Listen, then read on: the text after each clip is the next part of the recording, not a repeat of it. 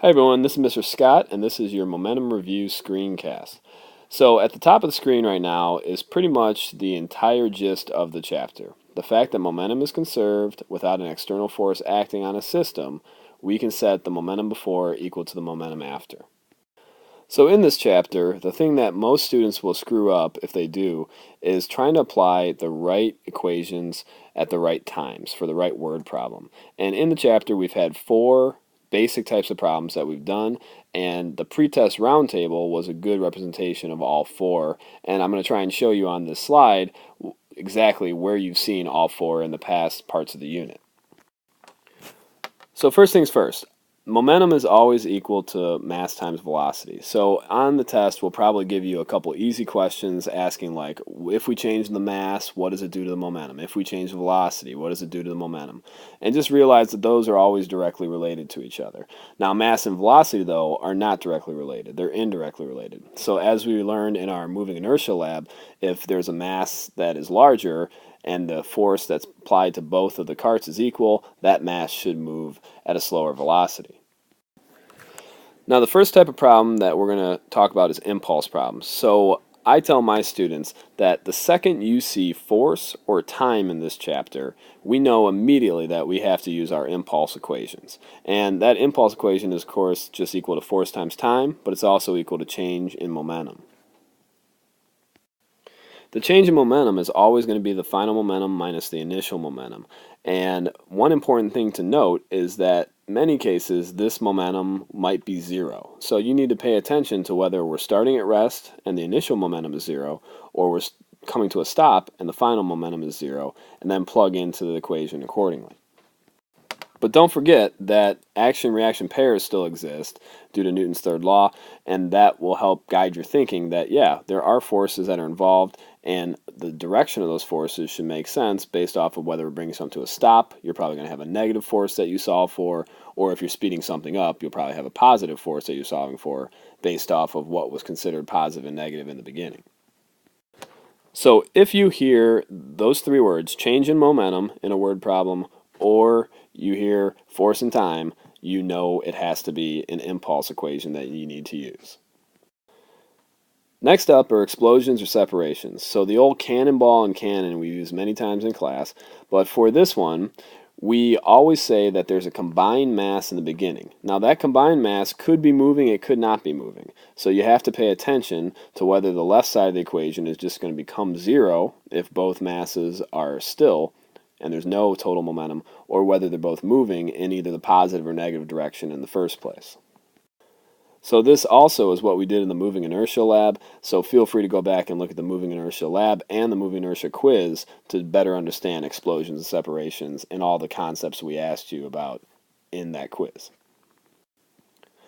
Lastly, make sure that you realize that anytime there's an explosion or separation, the 2 momentums that are created afterwards are always going to be going away from each other, and one is going to have a negative velocity or a negative momentum, and you may have to plug that in when you're solving for whatever we ask you for.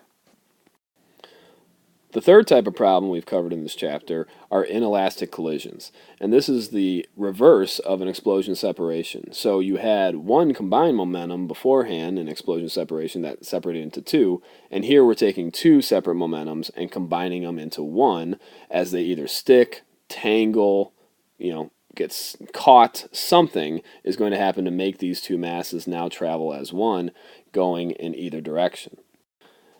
And you've seen different situations of inelastic collisions. So sometimes the 2 objects are coming towards each other and we have to make sure we make one of the velocities negative. Sometimes, like our dart lab, we had one of the objects still and the other one collided into it and then combined afterwards. So pay attention to what's happening before with the velocities, and that'll make it easier to substitute and solve for whatever we're making you find on the test.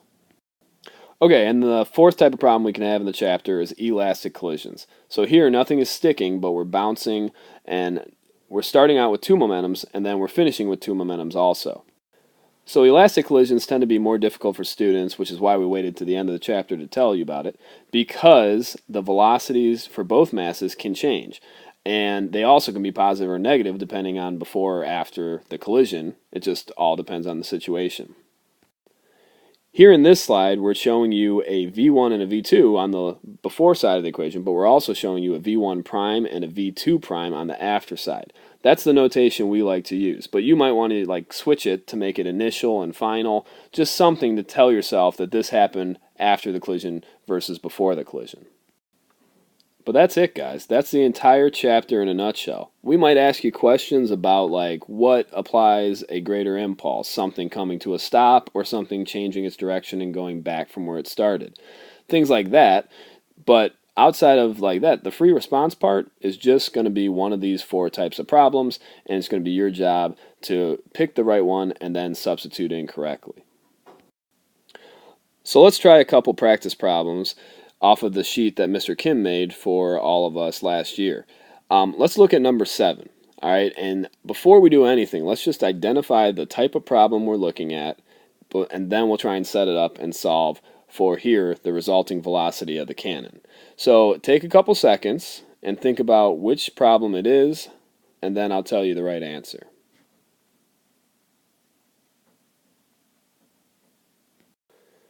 So if you chose explosion/separation, you win.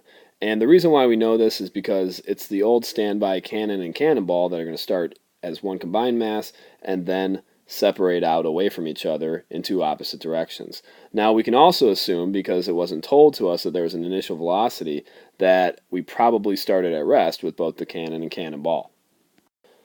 So here I've added the initial setup of our equations for an explosion separation situation.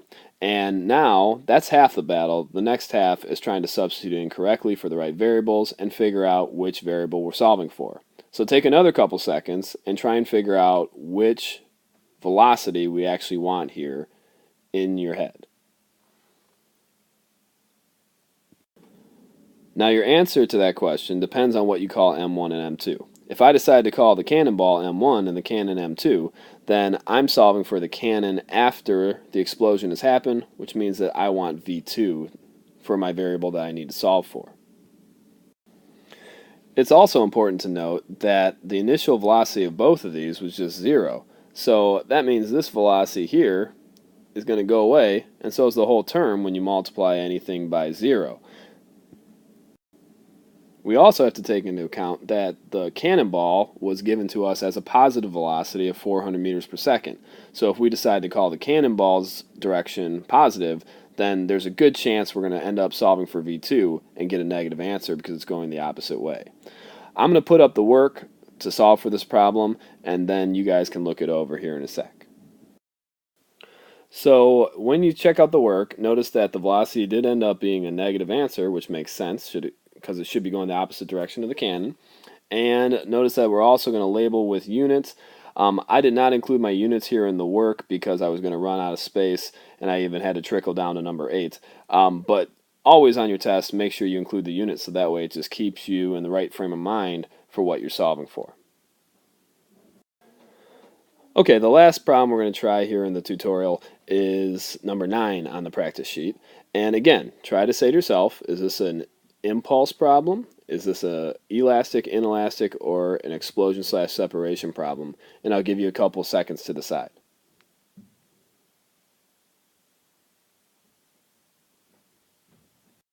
So the key wording in this problem is stick together. These 2 pucks are going to become one combined mass and travel at some new velocity. So therefore this has to be an inelastic collision.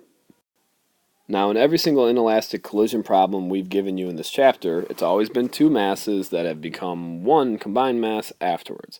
So here we're going to do the exact opposite of the explosion separation setup and put the left side of our equation with 2 momentums and the right side with a combined momentum and a combined mass. Again, let's think now, which variable are we solving for? So we want how fast the 2 pucks travel after they stick together. So take a couple seconds to think about it. And if you got this right, you should say this last velocity with the 2 masses now combined. Okay, so I'm going to show off the work here in a second, but feel free to pause the video and try this problem out yourself, and then you can hit play again if you want to double check the answer. Alright, so in solving the problem, we got lucky here because one of the velocities is 0 in the first place. So that means that we can actually get rid of the m2 v2 term altogether, and then just take the negative momentum that the first puck had and divide it by the combined mass to get the combined velocity after they stick together. So Mr. Kim was trying to be a little tricky here by giving you an initial velocity of puck A that was negative. Now it shouldn't matter. If we call that direction that puck A is going positive or negative, no matter what, as long as you're consistent, you're going to get full points on the test. You just have to make sure that you plug in that -3, and then when you get a negative answer for the combination of both of them as they travel at the end, that you realize it's still in the same direction. Alright, that's it, kids. So good luck on the test, and feel free to come in before or after school if you need more help with these problems. Go try some practice elastic collision problems and maybe even an impulse problem or two to make sure you're ready for it, and create that note card. Alright, have a good one.